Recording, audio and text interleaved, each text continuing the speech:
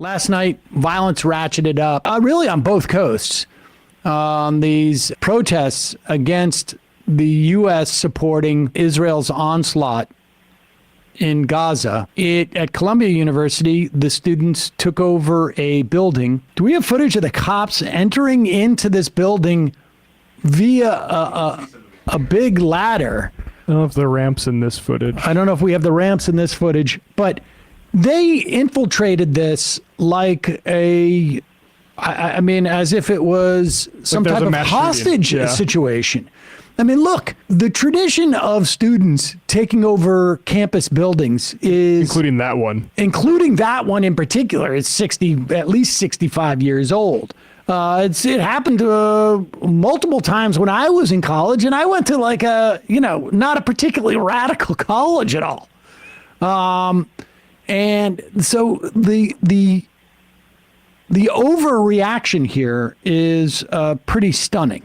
But let's just watch this briefly, and then we'll show what took place in I guess it was in UCLA, right? But also, just a note on this: people like Tom Cotton or whatever were talking about outside agitators. Also, David Axelrod implied that it'll be interesting to see how many of these people aren't students within there, and they've apparently released the list, and it's all students. So, just a note. Of course, it's all students. I mean, I imagine there are people that have stopped by. Friends, But the idea that outside agitators are going to get much out of on college campus is absurd. It's just an absurd, and it's a classic, timeless tactic to claim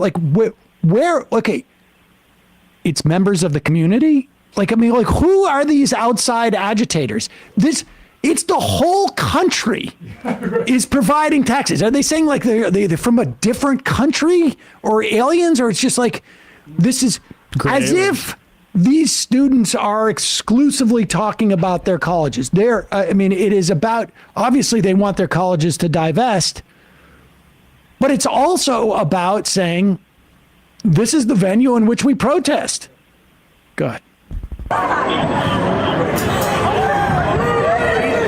the actual fuck? There you go. You can see they're bringing, look at that equipment that they are bringing. The police department has its own sort of dedicated ramp and ladder situation that, first off, I can't even believe our taxpayers are paying for this. Crazy. But the idea that they are deploying this amount of resources to get people out of a protest, and there they go, going up with shields, as if they're going into some type of hostage situation or armed revolt. These are just students who are camping out in this building. It's really, it's nuts. It's absolutely nuts. And then let's go to UCLA. There was a peaceful encampment. Students, they had put up, sort of like the police medical barricades, and then they had to put up plywood there because pro-Israel protesters came and started throwing stuff at the people in these encampments, many of whom were Jewish students who were in this encampment basically saying, no genocide in my name.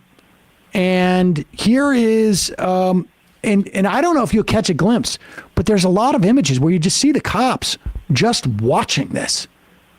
Just watching this. Go ahead. You're gonna block Jewish kids? We're fighting back, bitch! Make that terrorists if you're talking out, basic!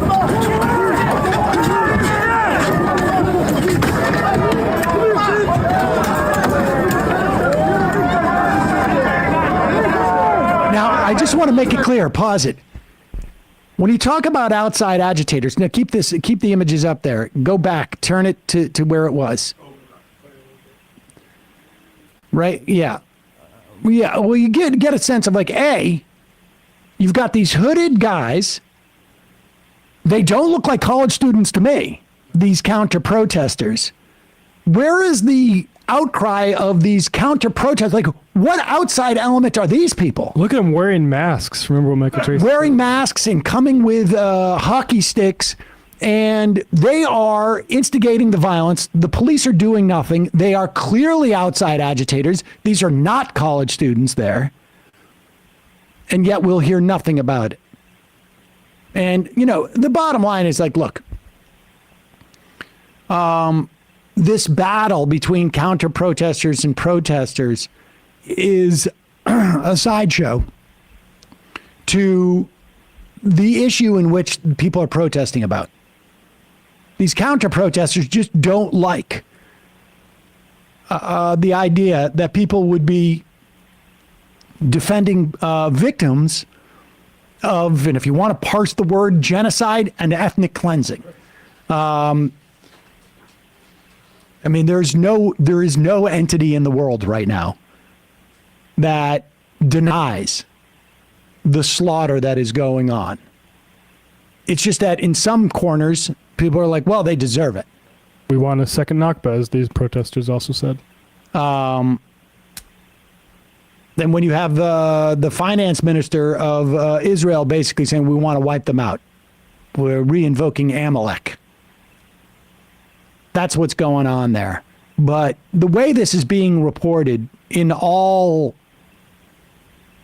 mainstream media is just, it is both distraction 101, but also, you know, the way that they're trying to find a Jewish student who is clearly served up by some AIPAC entity, as opposed to bringing on the people who are being victimized by these counter-protesters. It's gross.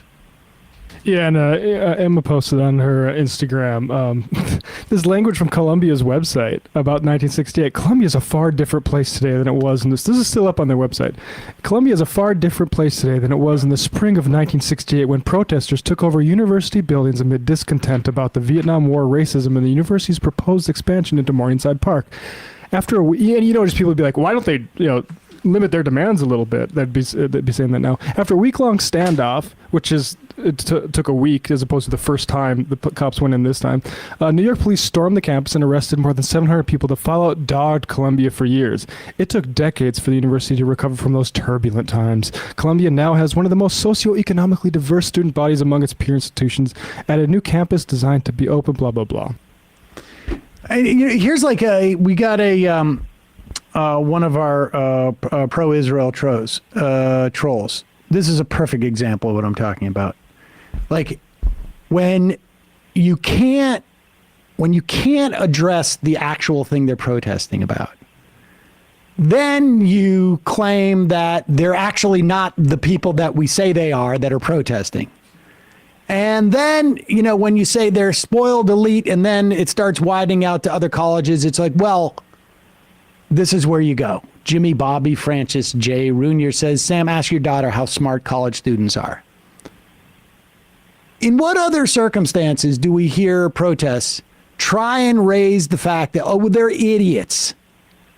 They're just idiots. Why? Because they're 19 or 18 or 20 or 21 or 22. Idiots with a sense of history to occupy a building that's been occupied before. I honestly, in my experience, I can't even, you know, like, I would put the level of reading into what's going on and the awareness of the actual facts on the ground on your average person who is protesting there against your average person who is firing off, you know, IMs like this, yep, or stupid emails, and I am the receiver of a lot of those stupid emails because I am part of a community that was indoctrinated into believing that there was nothing wrong that Israel could do.